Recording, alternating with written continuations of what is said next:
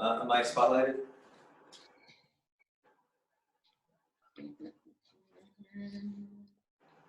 I still see Bruno as the spotlight. So there. Okay. Yeah. Well, thank you very much, Bruno. And of course, I'm glad to be a part of this organization. This is everything we can do to keep things going in any way is so important and so valuable because the future is unknown. So thank you guys for your time, of course, and to the people that are watching on the recording. Still appreciate it. And then we always bow to the side to be grateful for the fact that none of the knowledge was created by me or my teacher, but it was just passed along. So left foot forward, hands up. And now what we're going to do is we're going to take a ball, and we're going to put it forward, and then we're going to pull it back towards ourselves and bring it back up and push it forward. So as we're doing this, breathing in, the fingers are forward, fingers turn up, and then they extend out, and then they turn forward again. So that's a good way to sort of start paying attention to the movement correctly, is the direction of your fingers. Breathing in and breathing out. So you can see I'm not turning to the side, I'm just going from one leg to the other.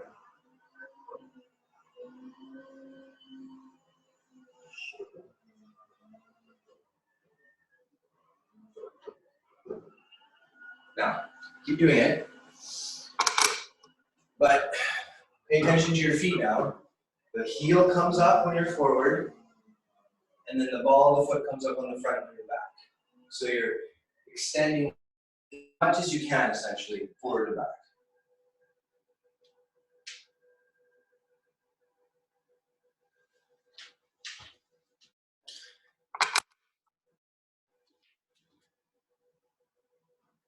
Now, pick up the pace a little bit.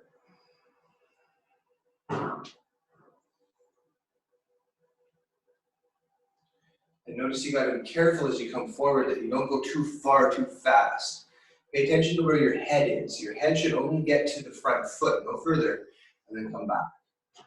And see if you can use that sort of positioning, knowing your head is here, but no further, that you can go faster.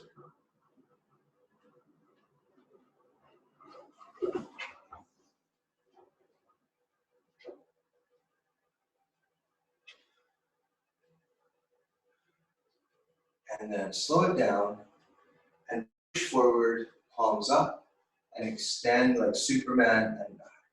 Palms to the ceiling.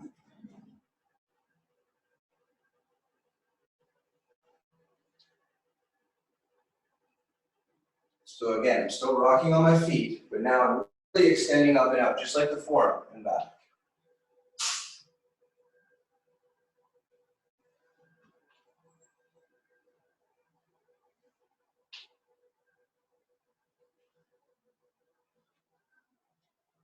And now up and forward from back, feet together, switch feet. And now thinking of the first one. So take the ball and put it down and bring it back, fingers forward. So slow it down. Just pay attention to the very small area that you're moving through here.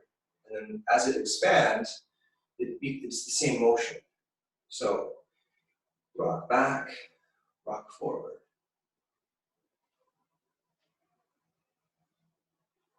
Pick up the pace a little bit, just a little. Think about where your head is on top of your hips as it comes forward to the balance point, the furthest you can go forward.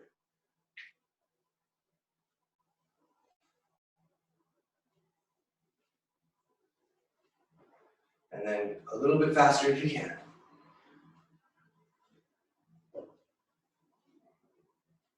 And now, keeping that sort of brisk pace, palms will come up, forward, and you reach out now and extend. So you take that motion we were just doing and it expands. And you're opening more of the shoulders and you're bringing more of the arm into play, basically.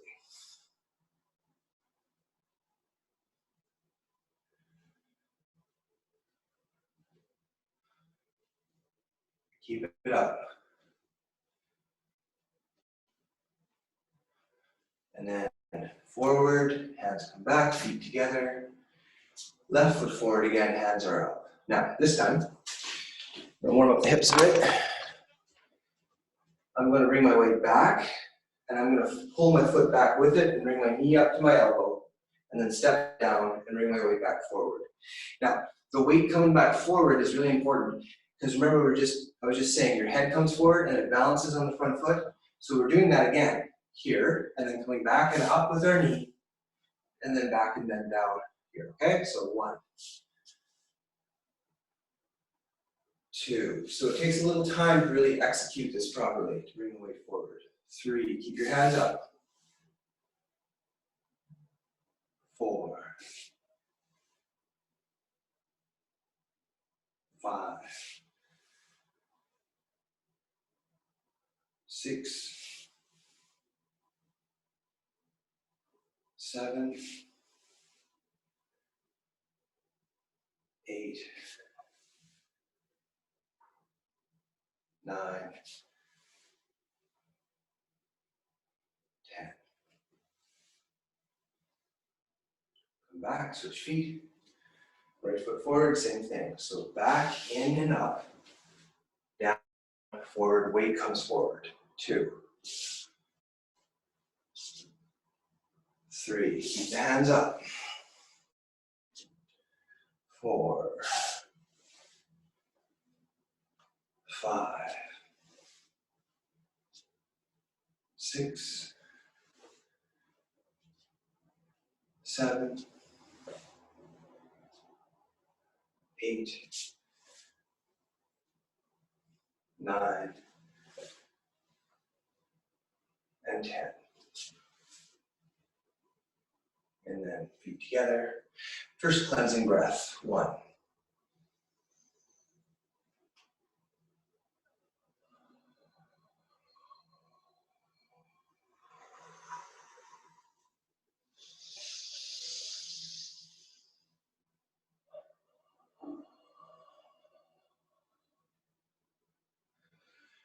All right, now, that was like, a warm up, it gets the blood moving. Now, focus the mind to single point. The focusing of the mind to a single point becomes the place from which the rest of the exercise should come from. This is what this means in the form. And so we're going to do a couple exercises to use the hands and the feet to bring the mind to a single point from which all of the energy and the physical body and the mental energy and the kinetic energy align. Okay? So this is kind of fun to do anyways, and you guys got to practice this a bit because it's in the form. So we have this thing called Ippon-ken, or dragon fist. So remember in the form we go like this, and we strike with it here. This time we're going to think about that point coming forward and being like a drill bit, spiraling in and out. All of your mind is going to focus on that one knuckle, just that one knuckle. So push your left foot forward, bring your right hand back. You can make that particular fist, the dragon fist here, left hand up. Breathe in, fill your belly, and now turn your hips, and as you turn your hips, you're straightening your right leg and pushing through all the muscles of the lower body as the hand comes out. Now, palm is up still, and only as the elbow sort of gets far away from the rib cage, do you roll that knuckle around, spiraling forward, and then hold it. And that's the single point in space that everything you can focus is going to that one spot. This is developing fajing, or power, internal power. So breathe in. We're going to just do 3 on each side. So breathe in. 1.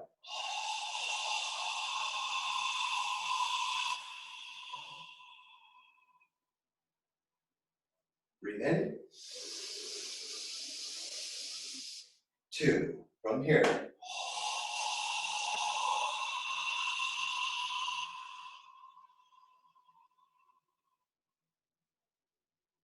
1 more. 3.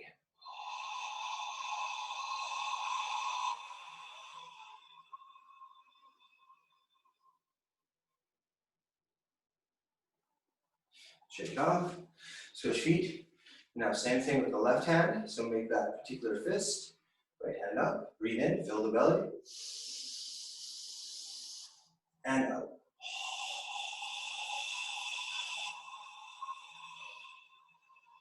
Focus to that one knuckle. All of your energy. Breathe in and out.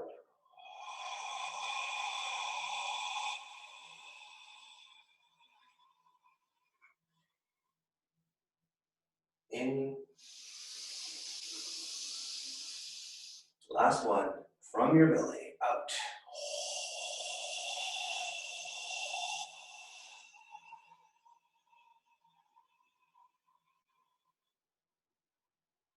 Breathe in, feet together. Second cleansing breath.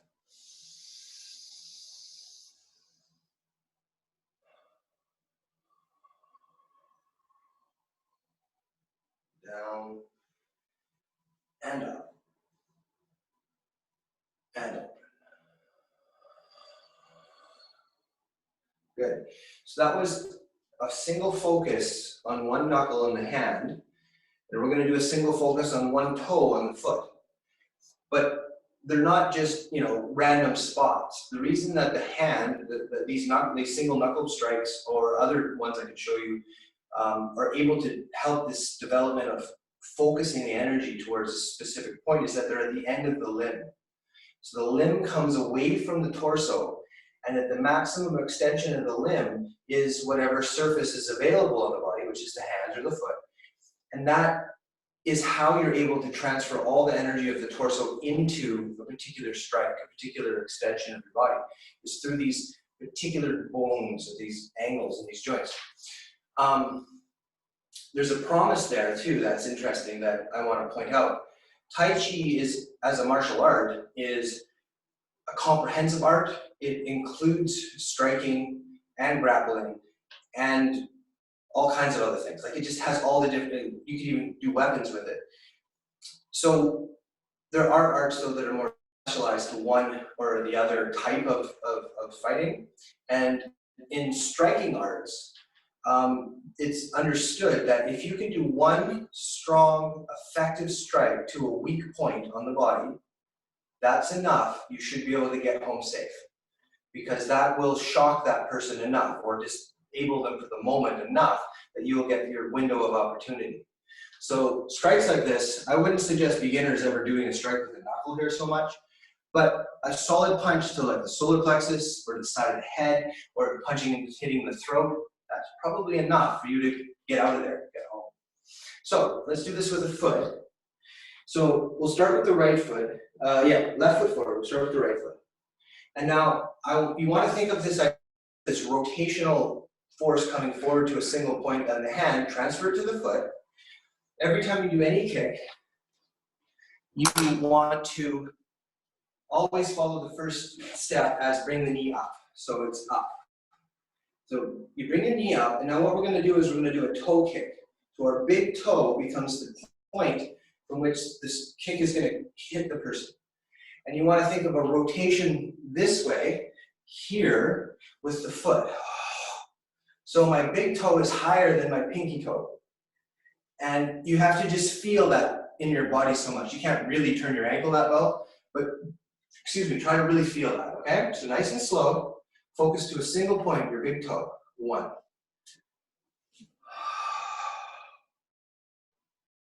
Back, and see how I brought my knee up as I came back? 2. Knee up. Knee up. 3.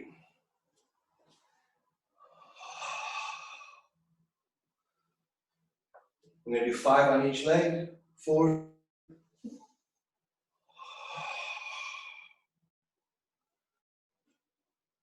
And last one, 5.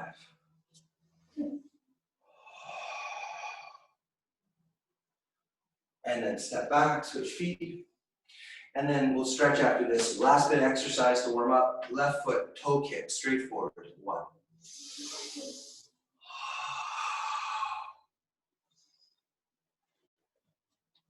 2.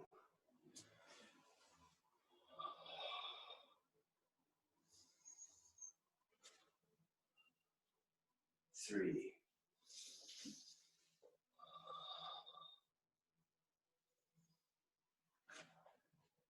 4.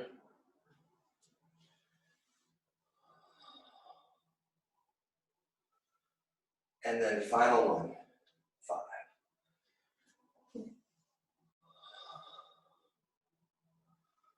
and step back.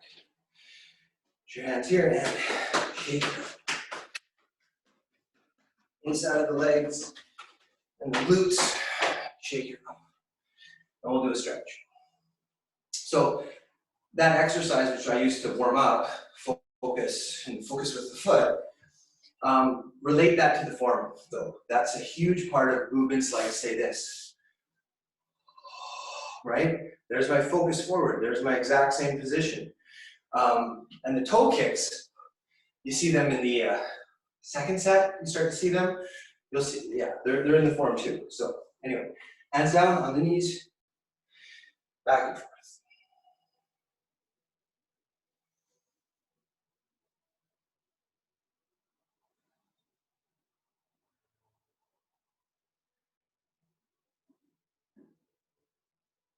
Turn the feet forward, elbows down to the knees, push the knees out, and let the hips sink down.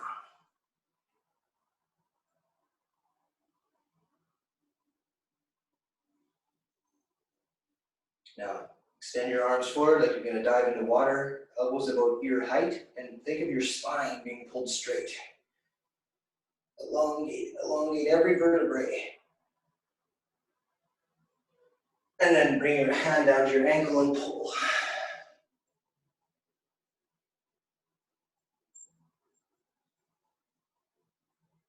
And then your other ankle and pull.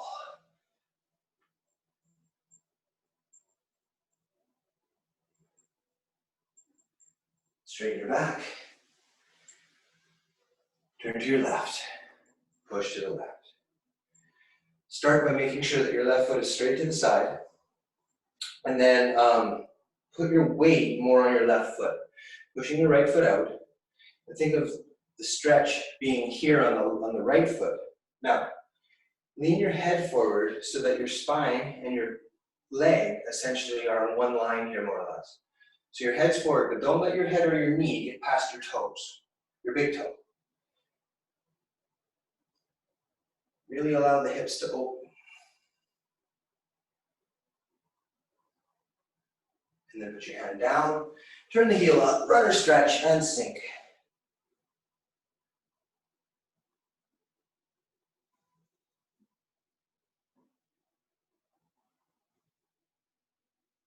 Put the back knee down, push the weight forward onto the left foot, stretching the underside of the left leg.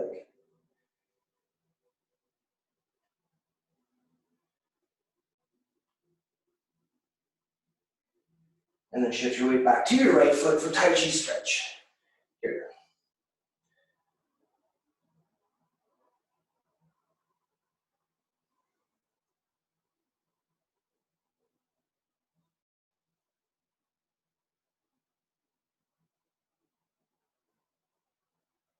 Turn your foot, bring your hands to the middle, straighten up your back slowly, and then turn to your right. And again, take your time, make sure your right foot is straight to the side, start to push your weight forward to the right foot, and the stretch is on the back foot, so push the left foot away, keep the foot on the ground, turning the toes in the direction of the right foot, and the idea of pulling the hips like this. And then as we're doing that, you can start to lean your head more. But remember, keep the weight going into the ankle, so don't let your knee get ahead of your toe. Push your head forward. Align your leg and your spine.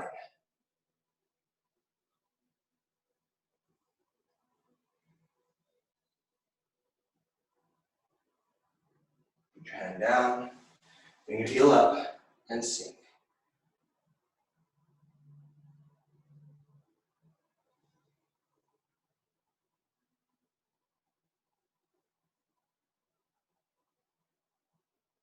Put your back knee down, and push your weight forward against your leg.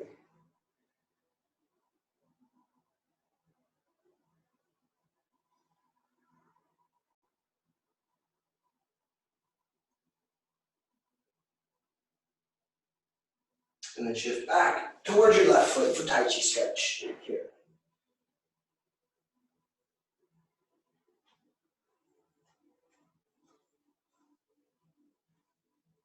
Put your hands on the floor, work your feet in. Straighten your legs. Breathe in. Breathe out. And then circle your hips. The other way. And shake it out a bit. Good. All right. Upper body stretch. So, shoulders come up and back. And as they fall, the palms turn forward.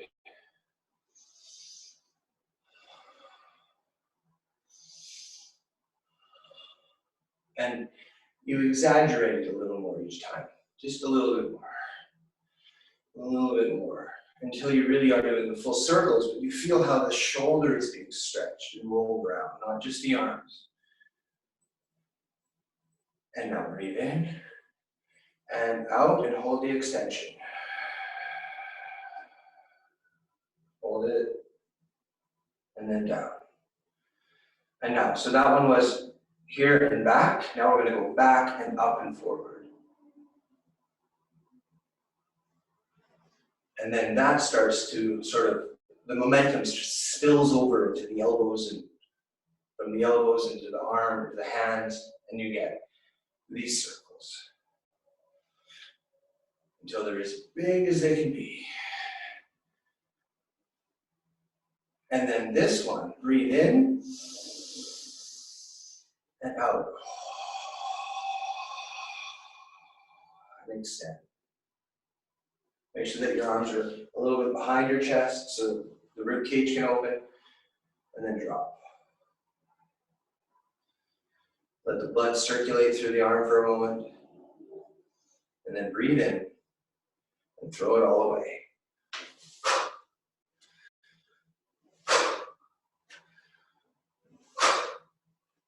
And now we're going to stretch the whole body from the feet to the hands. Push the hands up. Extend the fingertips in your mind. Extend the tendons of the arms as high as they can go, but not your back. Relax your back. And then very consciously, very mindfully, bring your weight to the front of your feet, push your toes down, and get your heels to come up, and stretch literally from the tip of the toes to the tip of the fingers. Pushing the toes down, pushing the fingers up.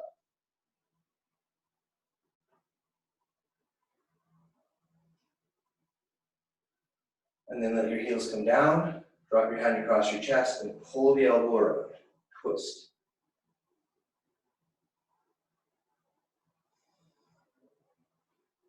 And then the other way. Twist.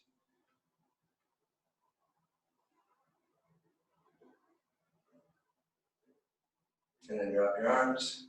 And one more time. Full stretch up. Up, up, up, up, up. Look up and tippy toes. Between the toes and the fingertips. Pull.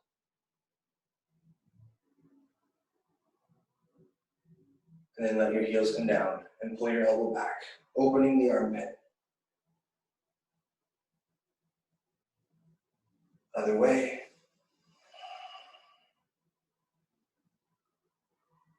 And then drop the arms. Shake it off a bit.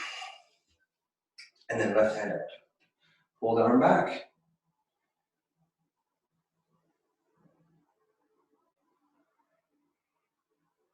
In, over, and out. Fingers up.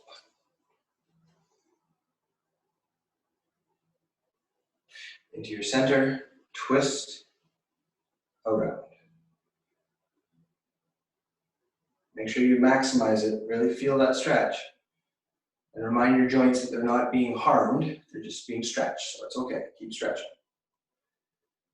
And then around crane beak, thumb touches the index finger, all other fingers, grab the crane's head on the side, push it down against the elbow, make sure the elbow is right below the wrist, and then slightly over, pulling along the tendons on the top of the wrist.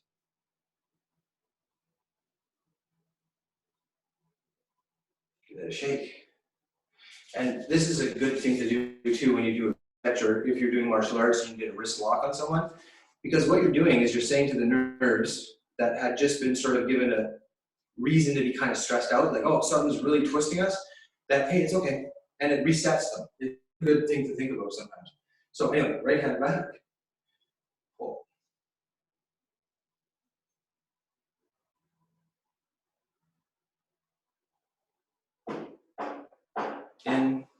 over, push.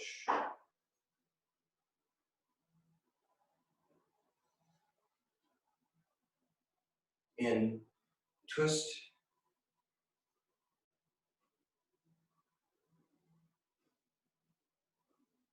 And then crane beak. Grab, push down into the side.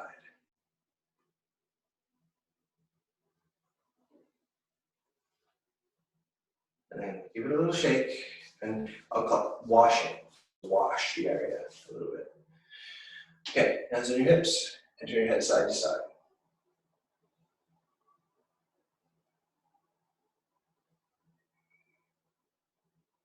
And then roll your chin one way, roll your chin the other way, roll your chin one way, and roll your chin the other way. And then look forward and look up. Look down. And forward. 1, 2, 3. Other way. 1, 2, 3. Shake it off. Okay. I just need a quick sip of water. If you guys want one as well, go ahead. All right. Doesn't look like you do, so okay. I was thinking of mentioning the idea of the Chinese New Year today too, because I actually I train in a medicine lineage, so a traditional medicine lineage, but it's Japanese, not Chinese. However, it's the same model that they're using, it's the same concept. And then every year there's a little class we do where we talk about the new year, and it becomes a vehicle for sort of renewing your commitment to your training and your gratitude for the knowledge that you're given and all these things. It's really nice to do that once in a while. I think it's important when we do. And so let's just take a moment. I want to bring up an idea about that. So every year, every day, you face challenges in life. This is the journey through life. This is Do or Tao, is the path. Now, you can be conscious of the fact that you're on a path or not, but you're still on a path. And the decisions that you make throughout your day determine the consequences that you will deal with in the future. There's this ongoing dynamic to it. And there's a balance that is ideal, that has been worked out for many centuries, through many, many generations of people looking at this, which is you have to accept your limitations and see that as one of your main strategies. I can't pick up a car and throw it down the road like a Marvel superhero. I have very distinct limitations, as we all do. And so we have to work within those boundaries. But we're living in a world that also has many, many challenges. And so the aim is always to get better, to improve life for yourself and for others in all these ways. So there's the balance between the acceptance of how far you can go with a particular decision you make in terms of the value of it, and the keeping the aim from getting cynical, developing any sort of unwillingness to just honestly try your best. This is a very important balance to strike.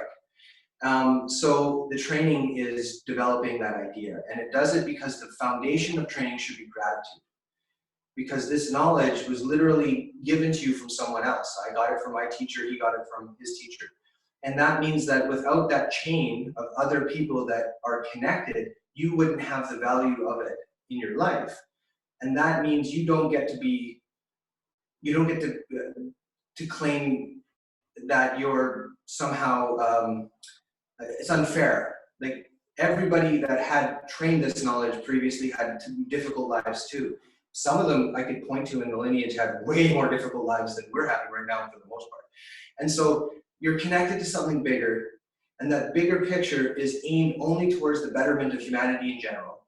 And it gives you that sense of responsibility of that, but also the humility of knowing that you are not the person that has to hold up the world. You're able to go through life knowing you're connected to other people that are doing the best too. So all of that comes together. And then, as I said, the platform then from which the practice should come is gratitude. I'm alive. I have the ability to take on the challenges that are in life. That's all I need. there's no need to grab from anywhere else. I don't need a special car. I don't need a special home. I'm alive and I can take on that challenge. And the final point I want to make about this is that this is a double-edged sword. If you can own that internal space and move forward from that space, the art is profound and gives profound gifts and really can nourish your spirit through your whole life. But I have known martial artists who have sort of taken a less good path in their training, and it does have negative consequences. So it's a real power in that sense. It's not something that should be given reverence in a sense, because it is powerful. So the gratitude also keeps you from harm's way in that sense. You don't develop your own sort of internal self-destructive behaviors within your training.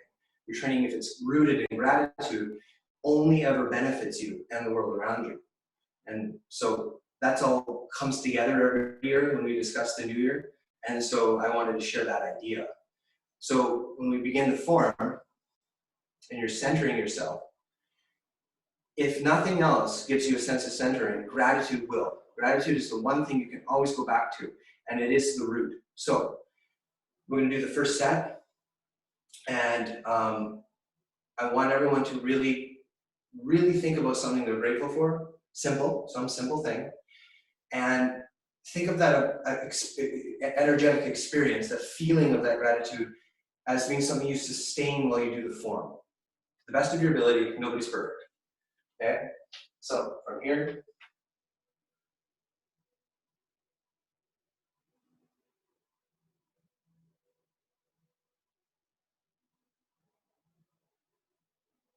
so think about that thing that makes you feel grateful. Take that sense of gratitude and then step into the world. And then though the challenges come, you don't lose your centering.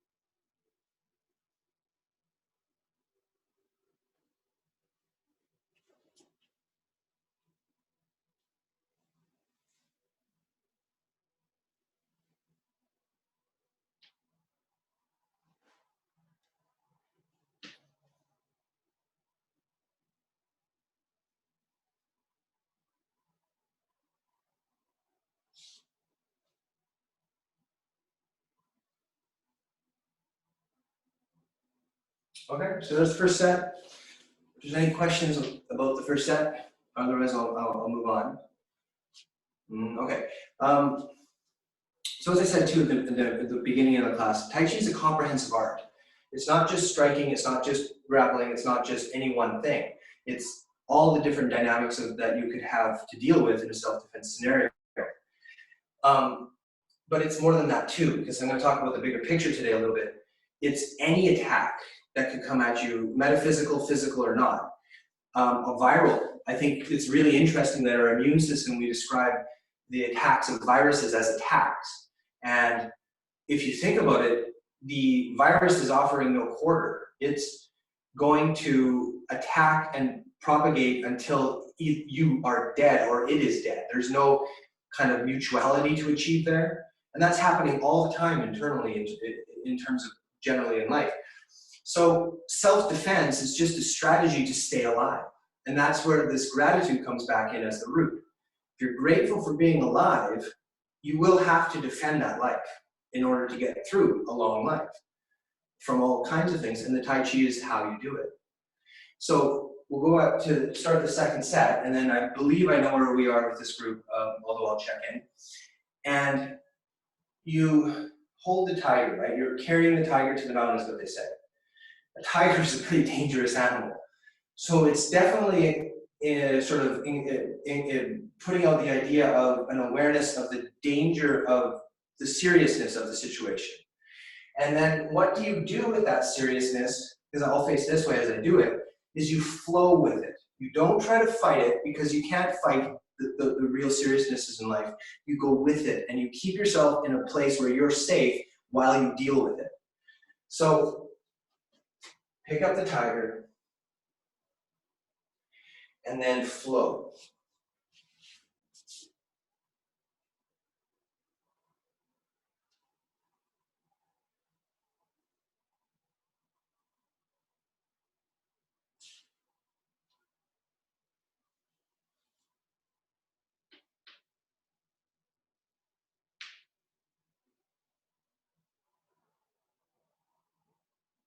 Keep your back straight, head up, so you can keep your balance.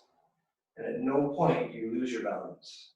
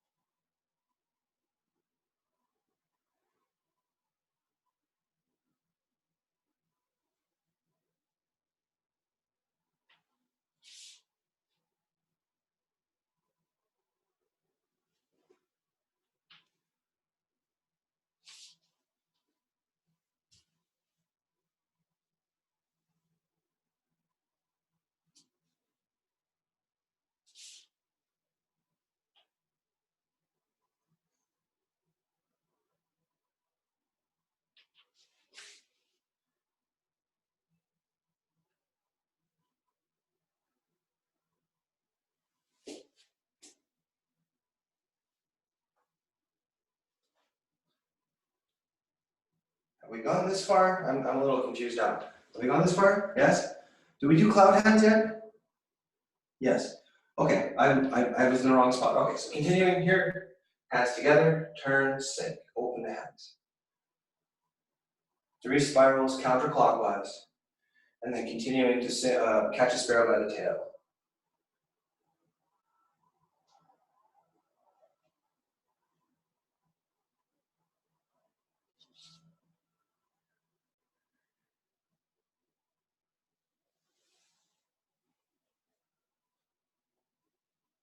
So the first thing is to block a kick. Bring your hand back. Hand switch. Foot across. 1. Switch. Together, across. 2.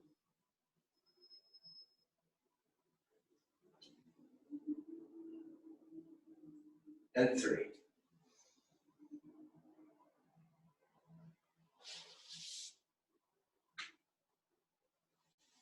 Step out. Okay, so have we gone further than that? We have? No, we haven't. Yeah, okay. I'm somewhere in there. Okay. But okay, so you guys are all feeling okay with ending cloud hands into single whip? That's all comfortable? Yeah? Okay. So the next move If you go to single whip, yeah, go to single whip. Now, in the warm-up today, I made a point of having this further extension rather than just the normal extension. So there's like, if I stretch my hand forward here, at this point where my weight has come onto this foot, that's as far forward as I'm going to reach without my spine really coming off of balance. But the form teaches you that actually you can bring your weight a little more forward if you bring your back heel up and come out. Just that little bit more. Now that's a precarious thing to do, but it is in the form, and they want you to know that. I'd like to relate this, well, I'll come back to this more, but the form from a martial arts standpoint teaches you to deal with any attack that you can deal with. Obviously, you can't block bullets, but that might be a long-range weapon like a spear, or that might be somebody who's training Brazilian Jiu-Jitsu who takes you to the ground and puts you down. You can deal with all of that with the principles and the movements in the Tai Chi form, if you know how to kind of extrapolate them from the movements. So I'm going to come back to that in a second. From here, my weight has come to the left foot. Now, I have a little bit more I can go by bringing my weight a little further and bringing my back heel up. And so I'm going to do that. And as I do that, forget about your left hand. Just take your right hand and swing it out and forward like this. Okay? So if I'm facing this way, it goes here. So the maximum of my extension forward is when my hand is blocking in front of my face here. Okay? So from here, I reach out. And now as I've reached out, my left hand has come across my belly this way. Okay? And then as I bring my weight back to my right foot, my left hand comes up and out along the side of my right arm here. And the hands pull back to this posture like this. Okay, so if I'm facing the camera, my weight's on my left foot, but I have that little bit more that I lean out to with my right hand coming forward. And then I shift back as my left hand takes over and I settle here. Now my settling is one fist distance, elbow here, palm slightly to the outside of the shoulder. And this is this position we often do, with, I call it chamber position, with the palm up here. See how you can see my shoulder here? It's got to clear the shoulder that way. That's an important part of that. Now, what am I doing? Well, if I don't worry about my body position so much, I just move my hands here. This is a blocking pattern that exists in every martial art I've ever seen, from karate to jiu-jitsu to taekwondo to kung fu to tai chi. And so you think of it as this: block once, block twice. That's really the heart of it. Now, if you guys, to see this, face the cameras, put your hands up.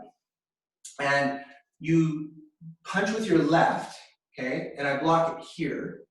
So this is the block to the outside of your left hand. And then you punch with your right, and I'm blocking on the inside of your right hand, which is to come on the inside like this, okay? That kind of makes sense? Okay. What the form's telling you to do here by bringing your head forward is to taunt almost a person and be like, punch me, right? It's, come on, throw that punch at me. And then they do, and you shift back and come up, and then they overextend. So the idea is to kind of draw them out, to really kind of get them a reason to overextend. Okay, so if you put your hands up again like this, and you start to imagine this with me, I'm here in the form, which could definitely be here, I don't want to fight. And then you punch with your left, and I lean into it to block. And then you punch with your right, and I come back, and you just way overextend it and run your weight forward. Okay, that kind of makes sense? Okay, so we're going to respond to that because that's only blocking with a strike. So, excuse me, I go to here, and I reach out, and I come back, and now I'm in a cat stance on my left, or my right foot. My left foot is forward. Now my left foot's going to come in, and then I'm going to go, wah, and think of a strike right there. And this is actually this, done with an open hand. It's that single focus strike right there. Okay? So, go to here, lean out, block the first punch, lean back, block the second one. That draws the person forward and makes them unbalanced. And then you move in and you strike the solar plexus with your palm heel right there. Now, I'm going to try to explain a more advanced, another step to the application. I don't want to say advanced, just another step. But of course, without a person to demonstrate it, it's gonna take imagination. So if I block the left hand here, and I block the right hand, I'm gonna block the right hand. The left hand's obvious. I'm just gonna block sort of along the surface of the arm here, like this, as it comes in. The right hand I'm gonna block. I want this part of my hand to hit the inside of the bicep right here, like this, okay? Now you can just, don't do it too hard, be nice, but kind of tap that point just a little bit with your hand. And you'll find that it's got a sting to it, okay? So I'm gonna think of the idea that when I do this, I'm hitting that bicep moderately strongly, bang. That makes the arm go like this. So when that happens, I grab the arm. This is the crane wing coming in. So this is how the more advanced element, if I want to call it advanced, is just understanding what you can do with that posture here. So I've hit the bicep and I've grabbed the arm. That's going to take the mind to the elbow. And this is actually a really good concept. You should, as a concept, if you get this is enough.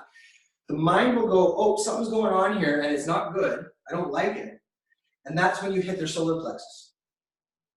And what that means is that their mind is here and not here, and there's no protection to that strike. It's going to completely penetrate the organ, the musculature here.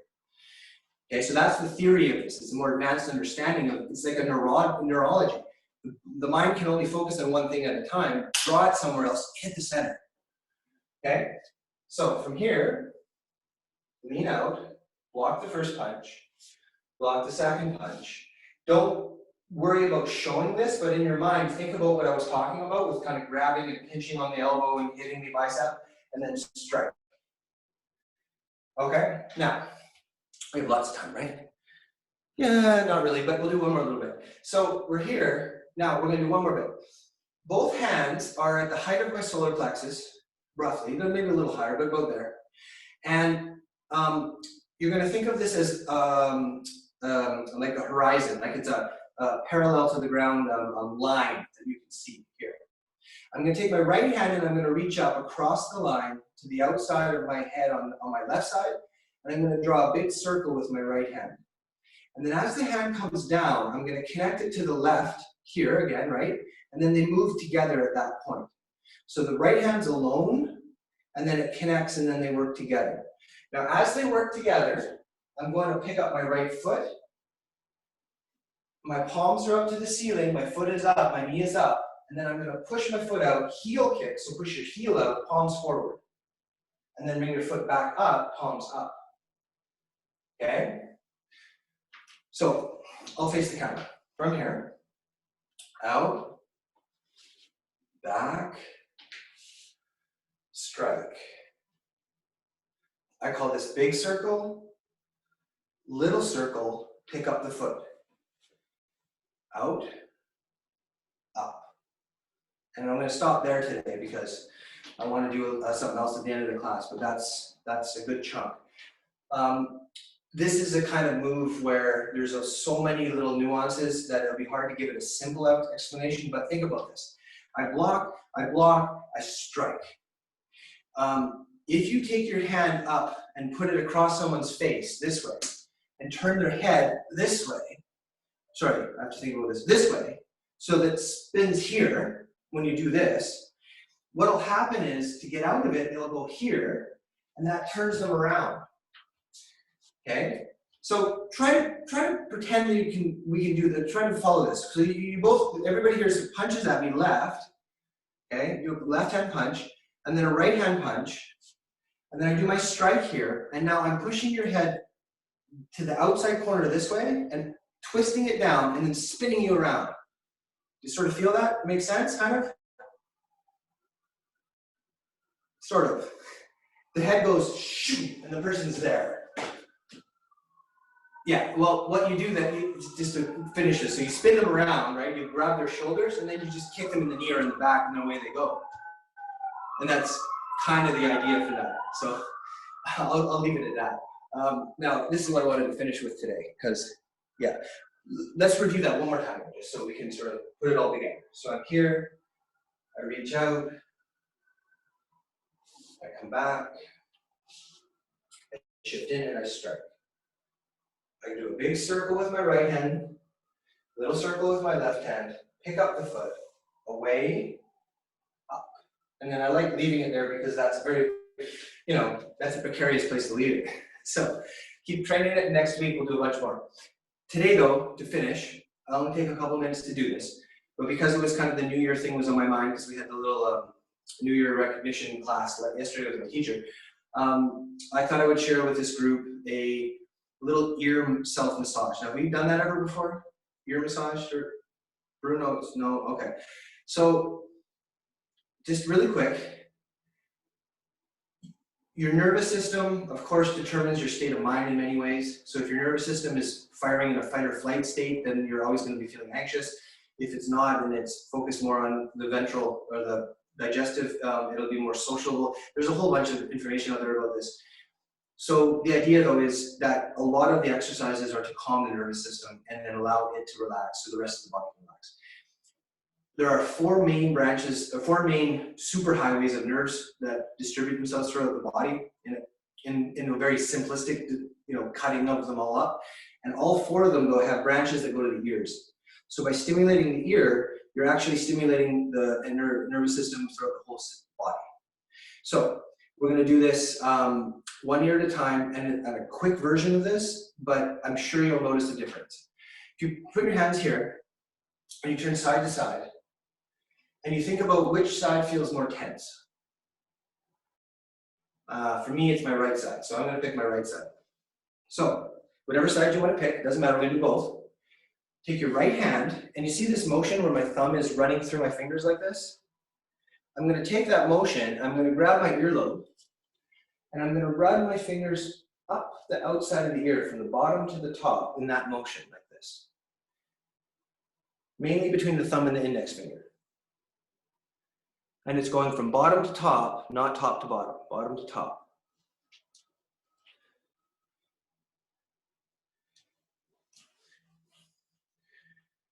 And now grab more and more of the skin or the flesh of the ear so that you're really, well, you're stimulating blood flow is what you're doing. So.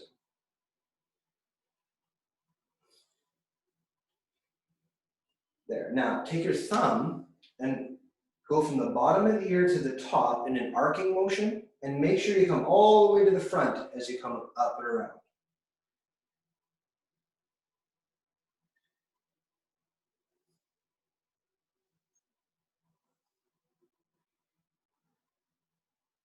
And then take your index finger and rub the front of the ear, in front of like this little flap, up and down.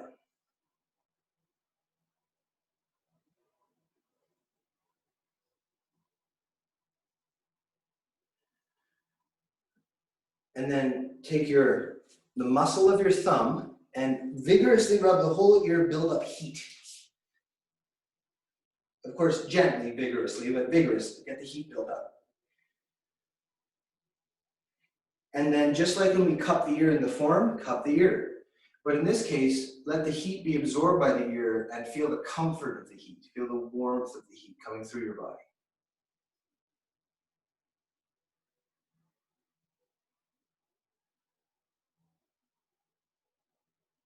And then wash a little bit, down, put your hands back to here, and now look side to side and see if that side doesn't feel more relaxed.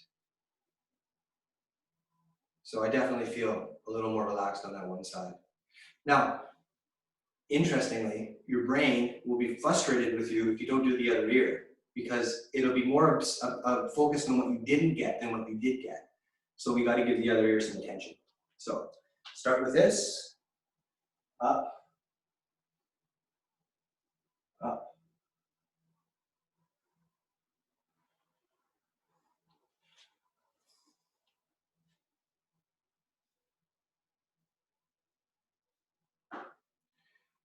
And then switch to the thumb going around the back of the ear from the bottom to the top.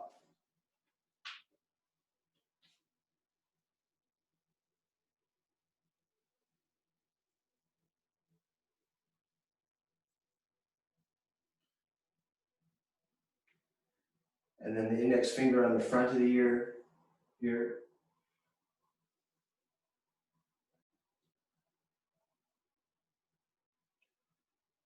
And then taking the muscle of the thumb and vigorously rubbing and getting the heat built up.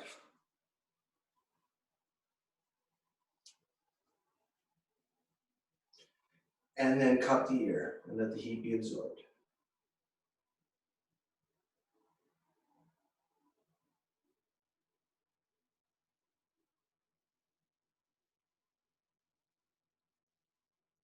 And then wash.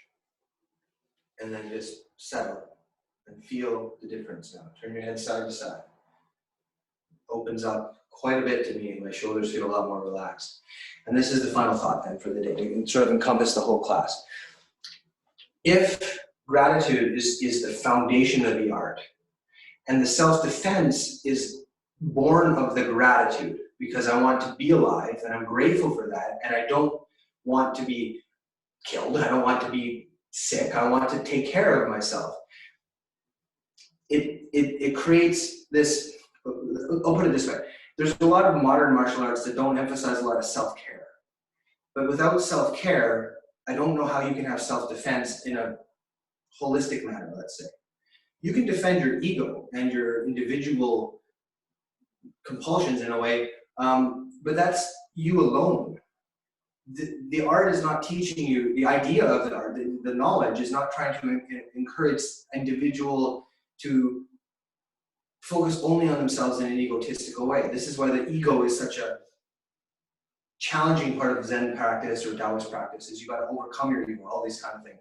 So instead, it's the idea of connecting in gratitude to the world that gives you the platform. So if I'm going to defend myself, it's because I value my life and I'm grateful for my life. But if I'm honest about the idea that I'm grateful for my life, I'm also going to take care of myself, because it doesn't make any sense for me to only defend and never take care. Those two things are not mutually exclusive.